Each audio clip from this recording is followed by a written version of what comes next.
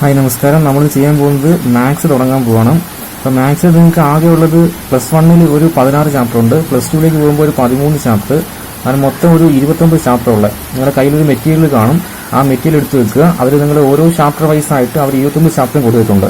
അപ്പോൾ നിങ്ങൾ ചെയ്യേണ്ട കാര്യം, നമ്മൾ ആദ്യത്തെ ചാപ്റ്റർ സെറ്റാണ്, +1 സെറ്റ് ചെയ്താണ് നമ്മൾ സ്റ്റാർട്ട് ചെയ്യുക. അപ്പോൾ സ്റ്റാർട്ട് ചെയ്യുമ്പോൾ നിങ്ങൾ എടുക്കുകയാണെന്നുണ്ടെങ്കിൽ ആ ഒരു മെറ്റീരിയലിനകത്ത് നമ്മുടെ MCQs കോർണർ എന്ന് പറയുന്ന സെക്ഷൻ ഉണ്ട്, ഇതുപോലെ കൊടുത്തേക്കും. അതിൽ മൊത്തം ഒരു 100ഓളം ക്വസ്റ്റ്യൻ ഉണ്ട്. നമുക്കതെല്ലാം ചെയ്യാൻ സമയമില്ലാത്തതുകൊണ്ട് ഞാൻ അതിൽ നിന്നൊരു 25 ക്വസ്റ്റ്യൻ സെലക്ട് ചെയ്ത് വെച്ചേക്കാണ്. അപ്പോൾ ആ ക്വസ്റ്റ്യൻസാണ് ഞാൻ കാണിച്ചു വെക്കുന്നത്. അപ്പോൾ നിങ്ങൾ ആദ്യം ചെയ്യേണ്ട കാര്യം, ഒരു പേപ്പർ എടുത്ത് ജസ്റ്റ് അല്ലെങ്കിൽ ആ ഇതിൽ തന്നെ മെറ്റീരിയൽ തന്നെ ഈ ക്വസ്റ്റ്യൻ ഒന്ന് മാർക്ക് ചെയ്യുക. അതായത് നമ്മൾ കൊടുത്തേക്കുന്ന, നമ്മൾ ആദ്യം ചെയ്യുന്ന ക്വസ്റ്റ്യൻ ഒന്നാമത്തെ ക്വസ്റ്റ്യൻ ആയിരിക്കും, പിന്നെ അഞ്ചാമത്തത് 7, 8, 12, 15 അങ്ങനെയുള്ള ക്വസ്റ്റ്യൻസ് ആയിരിക്കും നമ്മൾ ചെയ്യുന്നത്. ജസ്റ്റ് ഈ ക്വസ്റ്റ്യൻ ഒന്ന് മാർക്ക് ചെയ്ത് വെക്കുക. മാർക്ക് ചെയ്തതിന് ശേഷം നിങ്ങൾ വീണ്ടും ആ മെറ്റീരിയൽ എടുത്തു കഴിഞ്ഞാൽ ആ തുടക്കം, മെറ്റീരിയലിന്റെ എല്ലാ ചാപ്റ്ററിനകത്തും തുടക്കം എന്നാണ് ഇതൊരു സെക്ഷൻ കാണും. അവർ ജസ്റ്റ് ആ ചാപ്റ്ററിന്റെ കണ്ടന്റ്സ് ഒന്ന് കൊടുത്തിട്ടുണ്ട്, അതിനകത്ത് കണ്ടന്റുകളെല്ലാം കിടപ്പുണ്ട്. അപ്പോൾ അതൊന്ന് വായിച്ചു നോക്കുക. നിങ്ങൾ വായിച്ച് അതിൽ ബൈഹാർട്ട് ആക്കാൻ എന്തെങ്കിലും ഉണ്ടെങ്കിൽ, ഇക്വേഷനോ കാര്യങ്ങളോ ഉണ്ടെങ്കിൽ അതൊന്ന് ബൈഹാർട്ട് ആക്കുക. ജസ്റ്റ് എല്ലാം വായിച്ച് ക്ലിയർ ആയതിനു ശേഷം മാത്രം അടുത്ത വീഡിയോ മുതൽ നിങ്ങൾക്ക് അതിന്റെ ക്വസ്റ്റ്യൻ കാണും, ആ ക്വസ്റ്റ്യൻസ് ചെയ്തു തുടങ്ങാം.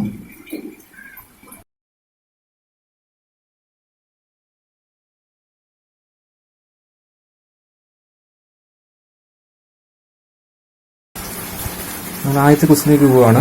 അപ്പോൾ ആദ്യത്തെ ക്വസ്റ്റ്യനാണ് ചോദിച്ചിരിക്കുന്നത്. ഒന്നാമത്തെ ക്വസ്റ്റ്യൻ, താഴെ തന്നിരിക്കുന്നത് ഏതാണ് ഒരു സെറ്റിന് എക്സാമ്പിൾ എന്നാണ് ചോദിച്ചിരിക്കുന്നത്. അപ്പോൾ ആദ്യത്തെ ഓപ്ഷൻ നോക്കുകയാണെങ്കിൽ, ഒരു വർഷത്തിലെ മാസങ്ങൾ സ്റ്റാർട്ട് ചെയ്യുന്നത് ജെ എന്ന് പറയുന്ന ലെറ്ററിലാണ്. അപ്പോൾ നോക്കുകയാണെങ്കിൽ ജെയിൽ സ്റ്റാർട്ട് ചെയ്യുന്ന 3 മാസങ്ങളേ ഉള്ളൂ. ജനുവരി ഉണ്ട്, ജൂൺ ഉണ്ട്, ജൂലൈ ഉണ്ട്. അപ്പോൾ 3 എലമെന്റ്സ് ആയിരിക്കും ആ സെറ്റിൽ വരിക. അതുകൊണ്ട് തന്നെ അതൊരു സെറ്റ് ആയിരിക്കും. അതായത് ഇപ്പോൾ ആ ക്വസ്റ്റ്യന് ആര് ആൻസർ ചെയ്താലും ഈ 3 ഓപ്ഷൻ അല്ലാതെ മറ്റൊരു ഓപ്ഷൻ ഇല്ല. ആരോട് ആ ക്വസ്റ്റ്യൻ ചോദിച്ചാലും അവരെല്ലാം എന്ത് എഴുതും, ആ ജനുവരി, ജൂൺ, ജൂലൈ അല്ലാതെ മറ്റൊരു ആൻസർ പറയാൻ പറ്റില്ല. സോ എന്തായിരിക്കും, ഒരു സെറ്റ് ആയിരിക്കും. ഈ രണ്ടാമത്തെ ഓപ്ഷൻ നോക്കുകയാണെങ്കിൽ, the collection of 10 most talented writers in India. അപ്പോൾ ഇന്ത്യയിലെ മോസ്റ്റ് ടാലന്റ് ആയിട്ടുള്ള 10 റൈറ്റേഴ്സിന്റെ പേര്. അപ്പോൾ ഓരോരുത്തർക്കും അത് ഓരോ അഭിപ്രായമായിരിക്കും. ഇപ്പോൾ എന്നോട് ചോദിച്ചാൽ ഞാൻ 10 പേര് പറയും, അടുത്ത ആളോട് ചോദിച്ചു കഴിഞ്ഞാൽ അവരുടെ അഭിപ്രായത്തിൽ വേറെ 10 പേരായിരിക്കും ചിലപ്പം ടാലന്റ് ആയിട്ടുള്ള റൈറ്റേഴ്സ് ഉള്ളത്. അപ്പോൾ ഓരോരുത്തർക്കും എന്തായിരിക്കും, അതിന്റെ ആൻസർ വെവ്വേറെ ആയിരിക്കും. അതുകൊണ്ട് അതെന്തായിരിക്കില്ല, അതിലെ എലമെന്റ്സ് യുണീക്ക് ആയിട്ട് വരത്തില്ല. അതുകൊണ്ട് അതൊരു സെറ്റ് ആയിരിക്കില്ല. അടുത്ത സി ഓപ്ഷൻ നോക്കുകയാണെങ്കിൽ, A team of 11 best cricketers of the world. അതും അതേ സെയിം കൺസെപ്റ്റ് തന്നെയാണ്. അതായത് ഓരോരുത്തർക്കും എന്തായിരിക്കും, ഓരോ ആൻസർ ആയിരിക്കും ഉള്ളത്. എല്ലാവരും ഒരേപോലെ യുണീക്ക് ആയിട്ട് അതിലെ എലമെന്റ്സിനെ എഴുതാൻ പറ്റില്ല. അപ്പോൾ ആദ്യത്തെ ഓപ്ഷനാണ് എ ആയിരിക്കും അതിന്റെ ആൻസർ. ആരോട് ചോദിച്ചാലും എന്തായിരിക്കും, അതിന് ഒറ്റ ആൻസറേ കാണത്തുള്ളൂ, 3 എലമെന്റ്സേ കാണുള്ളൂ. സോ അതായിരിക്കും സെറ്റ്.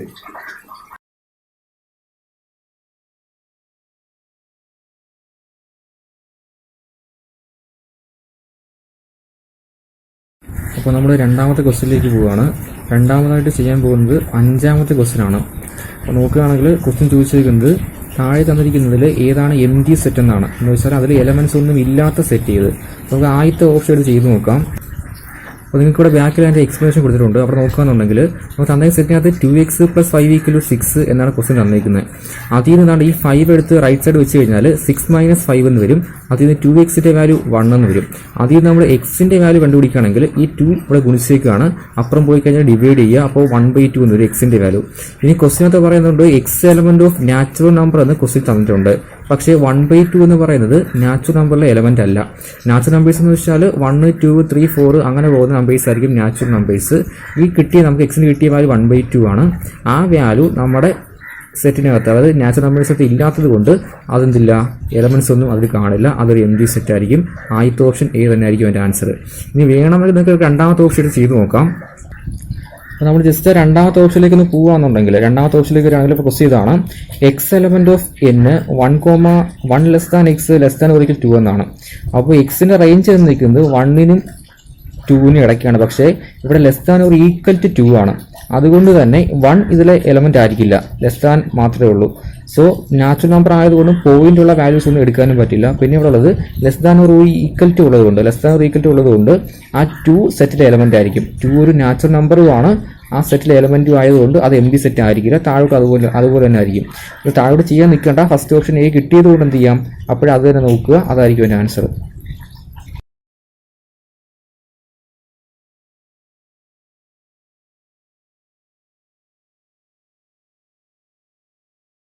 അടുത്തായിട്ട് ചെയ്യാൻ പോകുന്ന 7ാമത്തെ ക്വസ്റ്റ്യൻ ആണ്. ഏഴാമത്തെ ക്വസ്റ്റ്യൻ നോക്കുകയാണെങ്കിൽ ക്വസ്റ്റ്യൻ ചോദിച്ചിരിക്കുന്നത് which of the following is not an empty set എന്നാണ്. അതായത് താഴെ കൊടുത്തിരിക്കുന്നതിൽ എം ഡി സെറ്റ് അല്ലാത്ത സെറ്റ്, അതായത് എലമെന്റ്സ് ഉള്ള സെറ്റ് ഏതാണ് ചോദിച്ചിരിക്കുന്നത്. ആദ്യത്തെ ഓപ്ഷൻ നോക്കാം നമുക്ക്. ആദ്യത്തെ ഓപ്ഷൻ നോക്കുമ്പോൾ set of natural numbers less than 1 എന്നാണ് കൊടുത്തിരിക്കുന്നത്. അതായത് 1ന് താഴെയുള്ള നാച്ചുറൽ നമ്പേഴ്സ്. നിങ്ങൾ നോക്കുകയാണെങ്കിൽ 1ന് താഴെ നാച്ചുറൽ നമ്പേഴ്സ് ഒന്നുമില്ല. കാര്യം നാച്ചുറൽ നമ്പേഴ്സ് സ്റ്റാർട്ട് ചെയ്യുന്നത് തന്നെ 1ലാണ്. അപ്പോൾ അതൊരു എം ഡി സെറ്റാണ്, എലമെന്റ്സ് ഒന്നുമില്ല. ഇനി ബി ഓപ്ഷൻ നോക്കുകയാണെങ്കിൽ നാച്ചുറൽ നമ്പേഴ്സ് ബിറ്റ്വീൻ 3 and 4, അതായത് 3നും 4നും ഇടയിലുള്ള നാച്ചുറൽ നമ്പേഴ്സ്. അതിനിടയ്ക്കും നാച്ചുറൽ നമ്പേഴ്സ് ഒന്നുമില്ല, പോയിന്റ് വരുന്ന വാല്യൂസ് മാത്രമേ ഉള്ളൂ. അതുകൊണ്ട് അതും എന്തായിരിക്കും, ഒരു എം ജി സെറ്റ് ആയിരിക്കും. അടുത്ത ഓപ്ഷൻ നോക്കുകയാണെങ്കിൽ the set of integers between -2 and -3. അതായത് ഇൻഡിജേഴ്സ് എന്ന് വെച്ചാൽ -3, -2, -1, 0, 1, 3 അങ്ങനെ പോകുന്ന നമ്പേഴ്സ് ആയിരിക്കും ഇത് ഇൻഡിജേഴ്സ് എന്ന് പറയുന്നത്. അപ്പോൾ അവിടെ ഈ -2നും -3ക്കും ഇടയ്ക്ക് വേറെ നമ്പർ ഇല്ല. -3 കഴിഞ്ഞാൽ അടുത്ത ഇൻഡിജർ -2 ആണ്. അതുകൊണ്ട് അതും എം ജി സെറ്റ് ആയിരിക്കും. ഇനി അടുത്ത സെറ്റ് നാലാമത്തെ നോക്കുകയാണെങ്കിൽ നമ്മുടെ നാലാമത്തെ ക്വസ്റ്റിന്റെ എക്സ്പ്ലനേഷൻ നോക്കുകയാണെങ്കിൽ അവിടെ കൊടുത്തേക്കുന്നുണ്ട് എക്സ് സ്ക്വയർ ഈക്വൽ 2 എന്ന് തന്നേക്കുന്ന ക്വസ്റ്റ്യൻ. അതിൽ നിന്ന് എക്സിന്റെ വാല്യൂ √2, ആ സ്ക്വയർ അപ്പുറം പോയി കഴിഞ്ഞാൽ +or-√2 എന്ന് വരും. അതായത് എക്സിന് 2 വാല്യൂസ് ഉണ്ട്, +√2 ഉണ്ട്, -√2 ഉണ്ട്. അപ്പോൾ ഏത് സെറ്റിൽ 2 എലമെന്റ്സ് നമുക്ക് കിട്ടി, -2 കിട്ടി, +√2 കിട്ടി. സോ അത് 2 എലമെന്റ്സ് ഉണ്ട്, അത് എം ജി സെറ്റ് അല്ല. ചോദിച്ച ക്വസ്റ്റ്യൻ എം ജി സെറ്റ് അല്ലാത്ത സെറ്റ് ഏതെന്നാണ്. അതുകൊണ്ട് ഓപ്ഷൻ ഡി ആയിരിക്കും.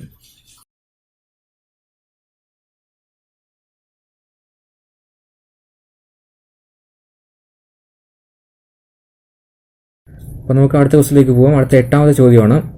ക്വസ്റ്റ്യൻ ചോദിച്ചിരിക്കുന്നത് which of the following is A finite set എന്നാണ്. അതായത് താഴെ കൊടുത്തിരിക്കുന്നതിൽ ഏതാണ് ഒരു ഫൈനൈറ്റ് സെറ്റ്. അപ്പോൾ ക്വസ്റ്റ്യൻ ആൻസർ ചെയ്യണമെങ്കിൽ ആദ്യമേ നിങ്ങൾ ഫൈനൈറ്റ് സെറ്റ് എന്താണെന്ന് അറിയണം.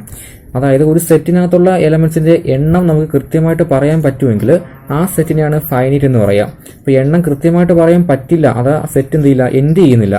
സെറ്റ് എൻഡ് ചെയ്യാതെ ഇങ്ങനെ കണ്ടിന്യൂസ് ആയിട്ട് പൊക്കോണ്ടിരിക്കുകയാണെങ്കിൽ അങ്ങനെ സെറ്റാണ് ഇൻഫൈനൈറ്റ് സെറ്റ്. അപ്പോൾ നമുക്ക് ആദ്യത്തെ ഓപ്ഷൻ നോക്കുകയാണെങ്കിൽ സെറ്റ് ഓഫ് നാച്ചുറൽ നമ്പേഴ്സ് ആണ്.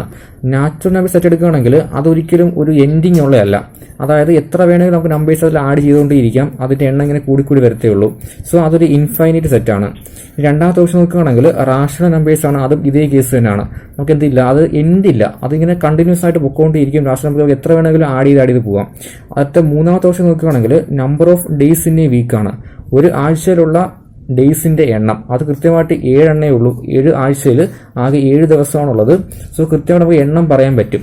അങ്ങനെ നമ്പർ പറയാൻ പറ്റുന്നത് കൊണ്ട് സെറ്റിൽ ആകെ 7 എലമെന്റ്സേ ഉള്ളൂ. അതുകൊണ്ട് ഒരു ഫൈനൈറ്റ് സെറ്റ് ആയിരിക്കും. സോ അതിന്റെ ആൻസർ 8ാമത്തെ ക്വസ്റ്റിന്റെ ആൻസർ സി ആണ്.